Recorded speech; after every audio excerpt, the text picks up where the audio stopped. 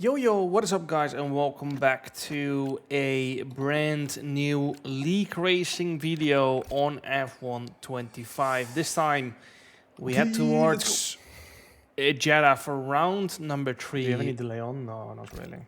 In the Ironman league. And as you can see, we're starting in last. Now you might be asking, why are we starting in last? Was you qualifying that bad? No. Ironman league has reverse Constructors Championship grid orders, and me and Luca Ropassa are in the Red Bull. We are P1, and that means we have to start last in both our respective fields, if that is how I say it correctly. Into turn 1, we're straight away going to go on the attack this time. Last time out in Abu Dhabi, we took it carefully, and it bit us hardly back, being careful due to wet weather, and there's wet weather coming again. I'm trying to avoid some cars. Virtual safety car deployed. Slow down and actually, positive delta. Virtual safety car is deployed. Somehow the game let Otis overtake us under VSC. I only saw that on the replay, but I already was confused how he got ahead when I was ahead at the start. Rain is forecast in just over 10 minutes time. Rain in 10 minutes. Dry's definitely seem like the fastest tyre at the moment. But yeah, it is what it is. I mean, this is not going to be the end of VSC bugs in this race. Not even bugs, but it just works poorly on the F1 games. Lap 4, we're still in the mediums, and thus far they don't seem to be that good. So yeah, that's good to know for later on in this race anyway. But yeah, we're still trying to find our way through the field.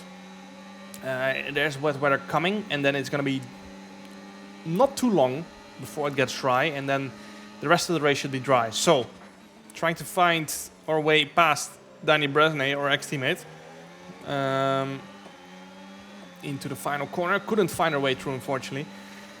And now we're going to try and turn 1 again. But again, the issue is that the dirty air is really bad, especially when you get within 3/10. But then you don't seem to have any more slipstream when you're within 3/10 compared to being 6/10 back behind someone, even though you've got so much more dirty air. And also the engine overheating is incredible if you get so close. So yeah, you end up just not really being able to overtake. And yeah, these mediums didn't seem to be too great either. You can see Alvaro has dropped back a lot, and we haven't made really any progress. So yeah, those mediums can go in the bin ASAP. It has started to rain. Virtual safety car. Reduce speed immediately and keep a positive delta. Another VSC, unfortunately.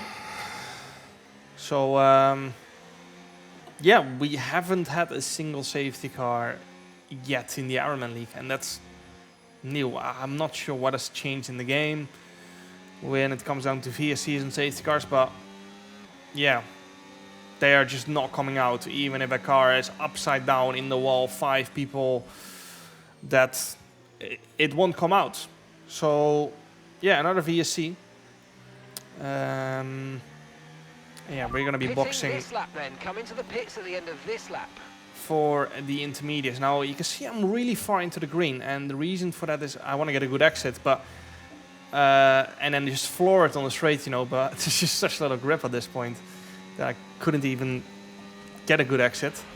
Virtual safety car is ending. Maintain your pace until we get the green flags. VSC ending. Wait for the greens. Yeah, the tricky thing is that the VSC delta is so incredibly slow in corners. Still got DRS. And as you can see that on the straight, I was doing 302 kph behind a virtual safety car. Let's keep that in mind. And I was losing time to the delta. So I reckon you have to do like 320 to keep up with the delta on that straight. And that makes it so tricky to be close to the delta because it fluctuates so fast. Because, yeah, you have to drive so slow in the corners. Oh my god, on like, you know, maybe 30% of what you can do as a box for a set of the inters. My teammate did as well, so we're losing a little bit of time here, but that's okay. I felt like that was the better decision than to stay out another lap. That's a wait though. Again, want to go for track position. But yeah, out we go in P16. We gain a position in the pits there because of Diogo Zorzo and Alvaro Carreton being close on track behind each other. Yeah, as you can see there, I think we lost around 1.5 seconds in the pits to Alvaro there. As I'm trying to get the front end to turn in, I struggled with understeer in the opening stint as well, and it seems to be not really getting away. On the intermediate conditions, well, you can see I nearly went skateboarding there on the outside curb. I've gained 2 tenths to Alvaro so far, though. Make that nearly 3 tenths. Unfortunately, didn't quite get the exit, but it was crucial. We undercut Johnny Tormela here. He was ahead of us. So yeah, we just have to push on and to see if we can undercut him. And then we have got a little bit of clear air at least, which, yeah, as we saw last week in Abu Dhabi, is crucial in order to have a good race, because it's just incredibly hard to overtake in wet conditions. The dirty air impacts your lap times more. And then, as I said before, there's just very little slipstream if you're close behind, so you just end up overheating the engine, and you're not getting anywhere.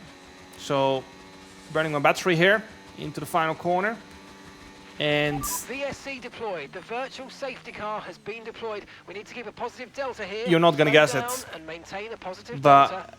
There's another VSC, ladies and gentlemen. So you have to slow down. Make sure we stay above the delta. And yeah, now the people we try to undercut are just gonna come out ahead because they're boxing behind the VSC. But yeah, as we head into turn 1, you can see on top there, virtual safety car ending. Slow down. Your delta's negative, which means you're going too fast. Reduce your pace.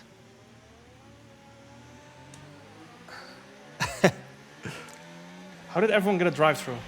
Virtual safety car is ending. Maintain your pace until we get the green flags. VSC ending. Wait for the greens. Maybe it's time to put an end to my league racing career, because game is too ass. And yeah, now I went into turn 1, obviously looking at the corner, because I can't look in 2 spots at the same time.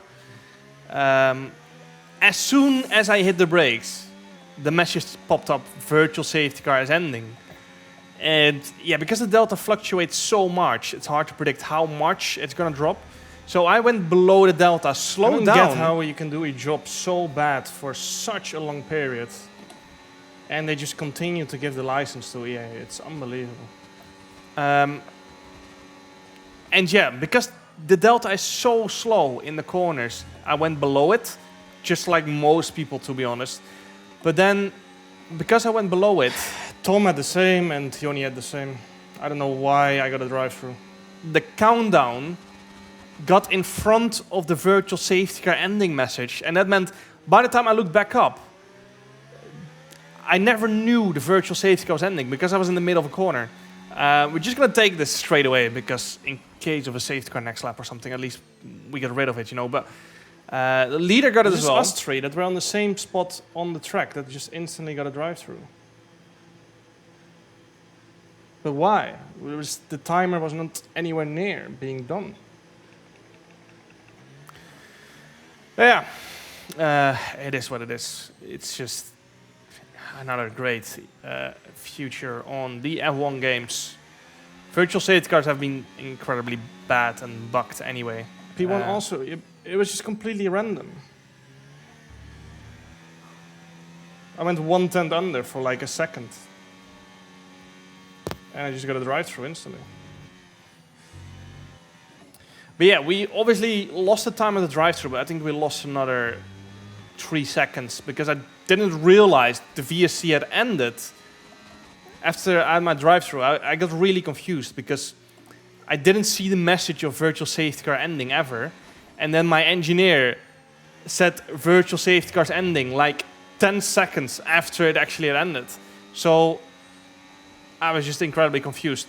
The whole sequence, until I actually saw the replay, I didn't even realize that what happened. You know, I was just confused the whole way through.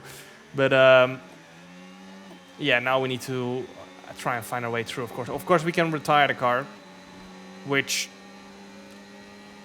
honestly I always really want to do, but I've sometimes been in such bad positions and still ended up with points, a podium, or even a win, you know. So even though at this point I really want to quit, there's always still the tiniest of chances to get Kind of hard to predict the switchback when you're floating.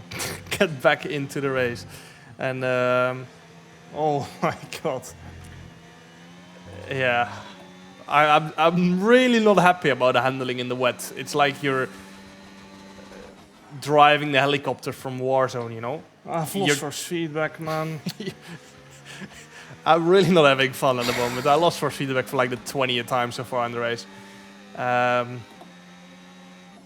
yeah, one advantage I did have, like at one of the latest updates there was in the F1 game, If you play this game for fun, you generally have something going wrong in your head.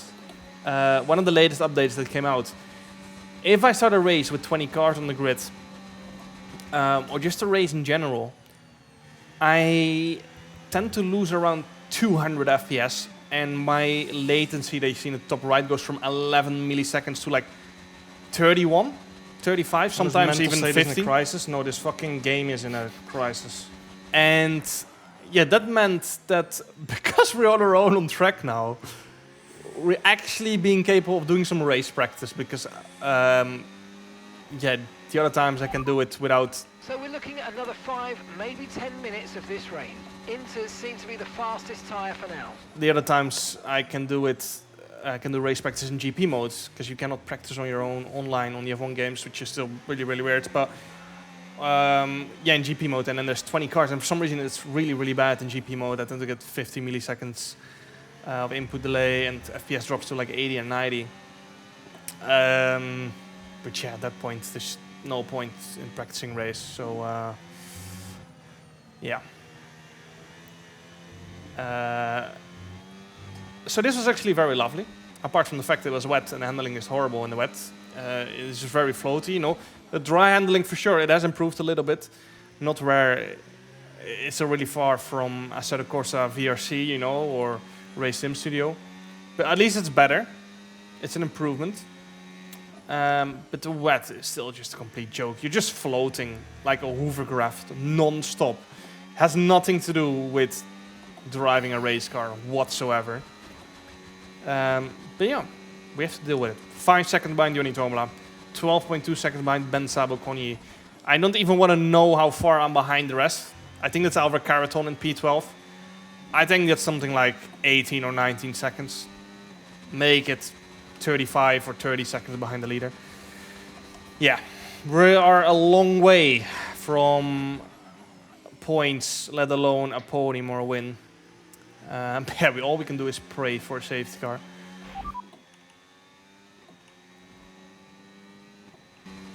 And yeah, on to lap 23. Some people boxing for a new set of the dries. It's going to be hard tires because they seem to be the best tire to be on around Jeddah. And Well, at least we got a good comparison. yeah, hards from here will most definitely make it to the end. Now, my plan here is to stay out as long as possible on the inters. We got a direct comparison from hard runners behind us, so we can see how much we're losing pace-wise. Yeah, I'm just going to continue to push absolutely flat out. These tires are going to be done in 2 or 3 laps anyway. You shunted. Because we will need it hard. Yeah, chop, full safety car. Thank you very much. Yeah, the McLaren behind me spun, and Ben Sabo-Conyi is still losing a fair amount of time as well. So staying out another lap was definitely the right decision. But my plan here is to stay out another lap after this and just pray for a safety car, man. Just so, or maybe just a VSC, so we can box under VSC and at least gain some time back to come back into this race, Continue for because another lap. it is hopeless Hope at for the safety moment. car. Or VSC at least. it's just absolutely hopeless at the moment because we're so far back. And it's not just the fact we're so far back. Around Jeddah, if you're not getting DRS, you're losing so much time. And yeah, there is 3 DRS zones. Each DRS zone, I think you get like 4 tenths. Obviously, it kind of gets reset a little bit because of the train driving, but the front 2, 3 will be swapping around lap after lap to maximize their race time. We dive into the pits at the end of lap 24 for a set of the hards. 26 laps on the same tire. And yes, strategically, So we're not not going to be tire able shit. to do anything unless a safety car comes out. Because, yeah, the hards are the dominant tire. So, out we go. Brendan Lee. Caution, caution. Virtual safety car is out. Reduce speed and maintain a positive delta on your dash. As stacked it in the wall. And you're not going to guess it, but Right, drop your speed. Our delta's too low and we're going to risk a penalty. Slow your pace immediately. there is a car in pieces all around the track. But The Delta is so slow in the corners as well, and then on the straight it's so fast. It's not very realistic, is it? it's another VSC. It could have not happened at a more unlucky timing as well. The second I turned off the pit limiter, there is a VSC. Look how slow I'm going. And I think that just meant we lost even more time on pit exit because it takes a delta VSC ending. from We're going green. actually Maintain being on positive track delta and rather see than green the flags. pit lane. No shit, I got to drive through. That message takes like 1 second. You and yeah, cannot more, see that shit if you're in the middle of a corner, man. I think more people got a drive through again in the top 10 because that VSC message lasted like 3 seconds. And yeah, you just cannot really predict that, you know. Because you're heating up the tires. Lucas now got one, yeah. Everyone is going to get them because you won't see the message if you're in the middle of a corner. It takes 1 second for VSC to end and it actually to go green. But yeah, it's just a disaster, really. I think we also got a delta like while we were in the pit lane, which it's weird because you know we usually cut. We obviously skip turn 1, turn 2 because nice we banana. are in the pits. That's how the pit lane goes, and then you just lose so much more extra time because you got the delta that is based on actually driving the track, you know. But yeah. On to the end of lap 37, not much happened. I just pushed flat out lap after lap to see if we can salvage something. Maybe a lucky point. But yeah, 13 laps to go. We are 7.3 seconds behind Lucas Blakely, 9.7 seconds behind Larry, which is behind Alvaro Carreton. So yeah, we are a long way from even scoring points at this point. All we can do is push flat out and hope for a safety car. I was thinking perhaps, you know, box under VSC for a set of new mediums. But even then, you know, it's quite unlikely we're really going to get anywhere. Joni Tormala has retired from the session. And yeah, end of lap 39, I saw Leo Lund box from the lead of the race onto a new set of the mediums with 11 laps to go. I could not believe He's not going to be in our DRS. Fuck. that he had done that, but he comes out 1.4 seconds ahead of us on a brand new set of mediums. Our tires are 15 laps old, so yeah, we're not going to keep up. I doubt we could have kept up, but still. No matter It's a shame. if you're Ayrton Senna, you're not going to catch back into that DRS. You know, maybe we would have had a slight chance if we got his DRS for like a few straights or just for that outlap, you know. But yeah, we didn't. Start of lap 47. Oh my god. And Lucas like back. yeah, whatever that happened, What I the fuck? have no idea. But Lucas just lost 3 seconds. Oh, this has suddenly gotten a wall of harder.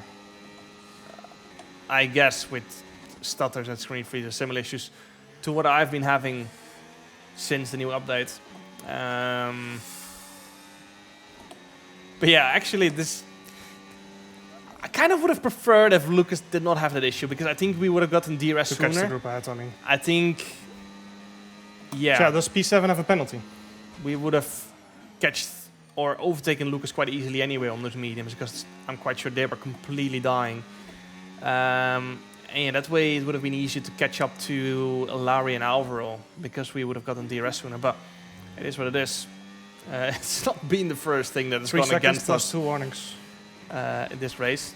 P7, however, has 3-second penalty, and you can see he's only around 2 seconds ahead of Alvaro, which means we need to gain another 2 seconds in the next 2 laps if we want that P7 or P8, I should say. I I think think next lap then. realistically we're not getting Alvaro anymore, but Larry does not have DRS, and yeah, we seem to be a lot faster than them. 2 laps to go.